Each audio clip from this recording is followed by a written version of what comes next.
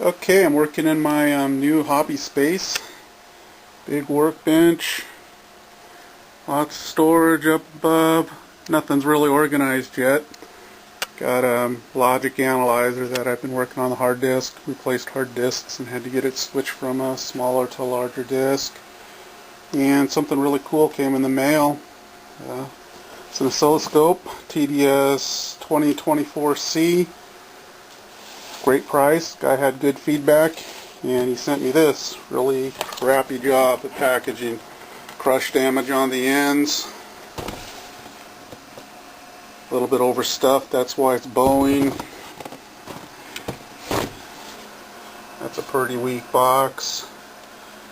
I mean, something this size, it would be nice if it was more like 50 inch-pounds, or I don't know exactly how to read those things, but a lot of times I'll send stuff in boxes that are 150 pounds or inch-pounds rated or up.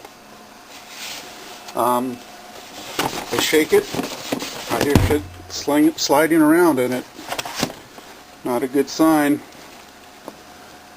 If I ever figure out what my password was on YouTube, I'll upload this and you'll hear me say that a lot on stuff I get.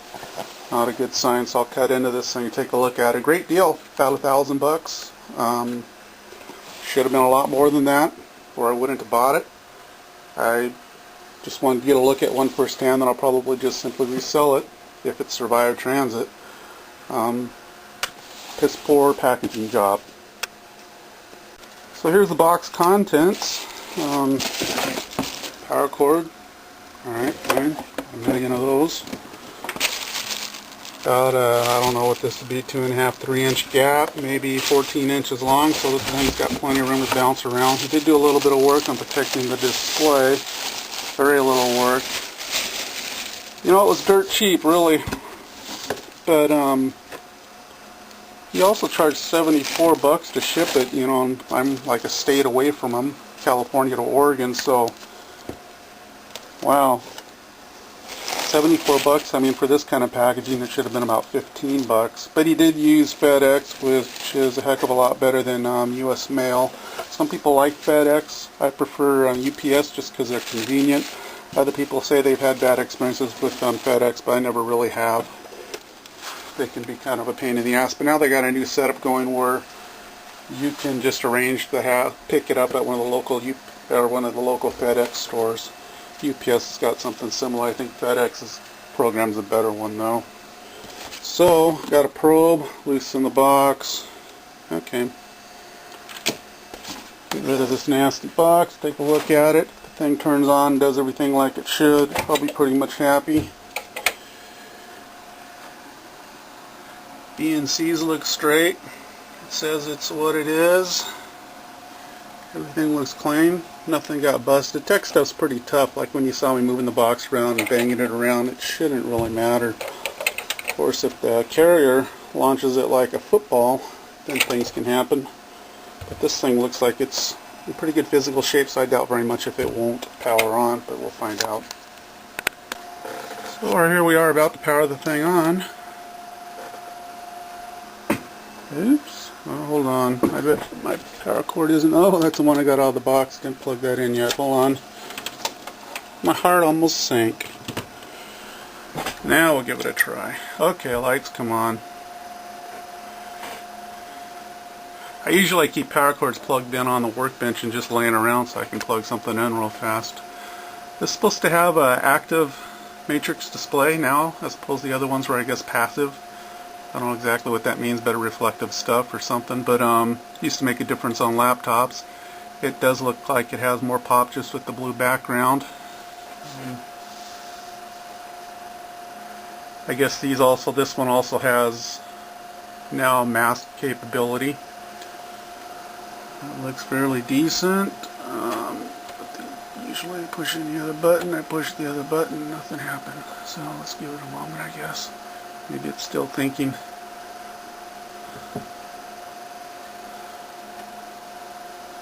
Yeah, the display does pop more. It looks a little better. This one will probably have continuous auto set, which is something they haven't been putting on their scopes until I think the B type, and kind of surprised. It's pretty handy. This one also is 200 megahertz bandwidth, 2 gigahertz sample like it says on the nameplate up there. So it's limit testing where it'll build a little template around the signal you're looking at that you tell it's good, and then it'll watch for anomalies and so forth. Still a short waveform record length on these. I forget what they are, like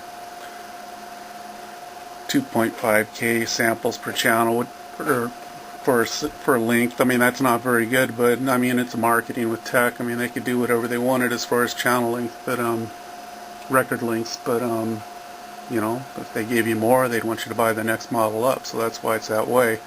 That's why it's so so small. Utility. There's your test limit up there. System status. It thinks it's a TDS2024C, which is a good sign because that's what I bought. Gives you the serial number. Tech US. Okay, so the USB, they're using the USB port. I guess you don't really get very good transfer speeds through these ports, but it's unspec'd. Again, it's a marketing thing. They were able to say when they were selling the thing that it has, that you can transfer waveforms through the USB port, but they didn't say how fast it'd be. Probably because they specified it as just being that it would do it and not necessarily performance. See if I can figure out where the let's see. There's no options. Hasn't been running very long for a self-cal. I'm wondering where, I haven't played with this type, and I'm still kind of learning, figuring out where. I'd like to see if it has any errors in it, since I just got it. Miscellaneous, that isn't found it. It is under utility. You press utility, gives you options, and then error logs at the bottom. Powered on 6 times, number of errors is 0, so it thinks that it's in pretty decent shape right so far anyway. Do self-cal, I'll let it do a self-cal. Let's see how that turns out. It hasn't been running for too long, but we'll find out. While it's doing its self-cal, you think the thing's stolen? I mean, the guy had real good feedback on eBay, but it sure was packaged like a crackhead. Could have been behind the thing. You never know, although I would think a crackhead would just keep the money in the scope if he's sending it to them. They gotta know that sooner or later it's all going to end, but maybe the next tie is good enough. I've never really had any problem with stolen stuff, but I'm sure I have received it without my knowing it and passed it on. I've had companies that were really anal when they bought stuff from me, wondering if it was stolen, where I got it from, etc., etc., and all I can really tell them is where I got it from, you know, which typically is on eBay. So, and I've never had anyone come back and say, hey, you owe me this money, blah blah blah. And, you know, I don't know how that would really work. If I have to send them a bunch of money, you know, if I refund them and then eBay refunds me, and then be kind of a ripple effect. Anyhow, I'll try to do the limits thing here in a minute, assuming this thing passes calibration, which it should. So included with it, it came with one of these new, what's that say it is? It's a TPP0201 probe, 200 megahertz, and it's not switchable. I think it's not switchable. It's a smaller, it's not a 5mm probe, it's like a 3.5mm probe. This is the new thing they're shipping along. One of the reasons why I wonder if the thing's stolen is because if this thing's less than a year old, I think these things came out about a year ago, you would think that it would have all 4 of its probes. How would it get separated? Feels like it's a nice probe. Tech makes the best probes that I've encountered, so I'm sure it's fine. So anyhow, here it looks like it says down there at the bottom that it passed its self-calibration, so it still thinks it's kosher. I'll try the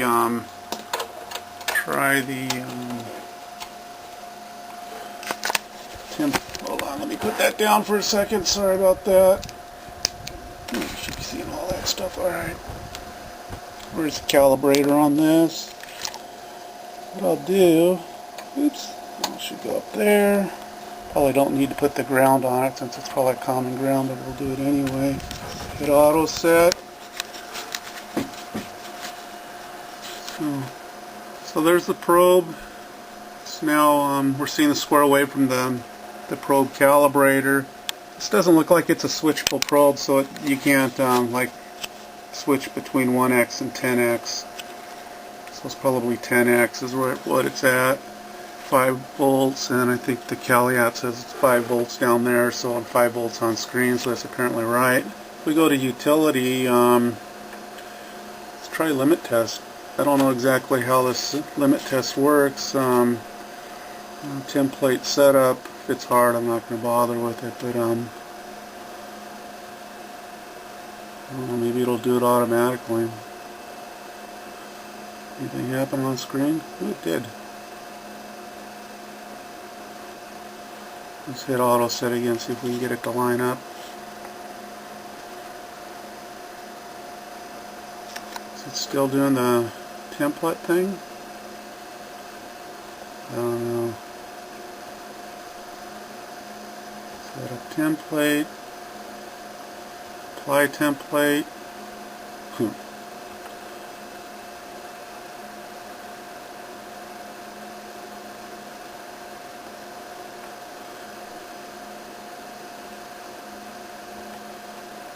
I don't know how it tells you whether it's working out or not.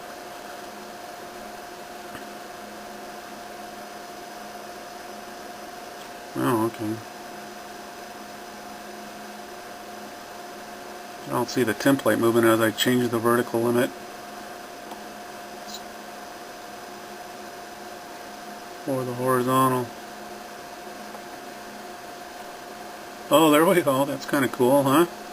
So the thing is, the screen's low enough resolution where you can't really, where that looks like to my eyes, even with glasses on, kind of a blur. But 100 millivolt division variance probably is what that means. Vertical limit, and then the horizontal limit. If I go something like that, and then I apply it to the template, I'm trying to get it to yeah. Have to make that more. Let's try 200. That's probably a nice. Apply template.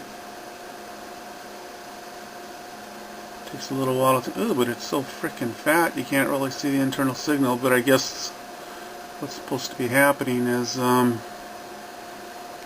long as you don't, maybe as long as you don't see your trace going outside of the template, you're fine. Let's change some scales on this. So do we have to retell it to apply if you change your well, it does it, so it compensates for the fact that you've changed the horizontal, or yeah, the horizontal scale to time base. So that's nice.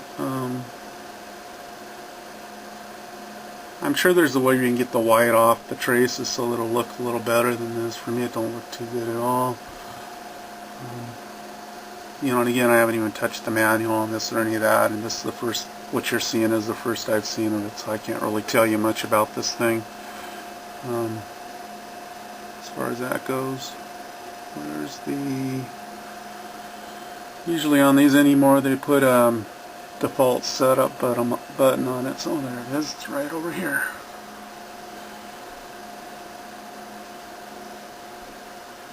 And auto set.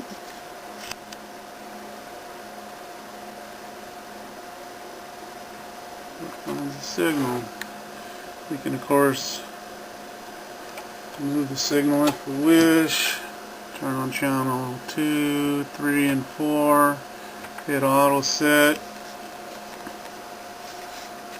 does have a nice bright crisp display. Still no more resolution than before. Again, if they were to give you more resolution, you'd be buying a more expensive machine. Oh, the auto set didn't work out because it didn't detect anything on those 4 channels, and I don't really care for that. I would rather that it leaves the channels turned on.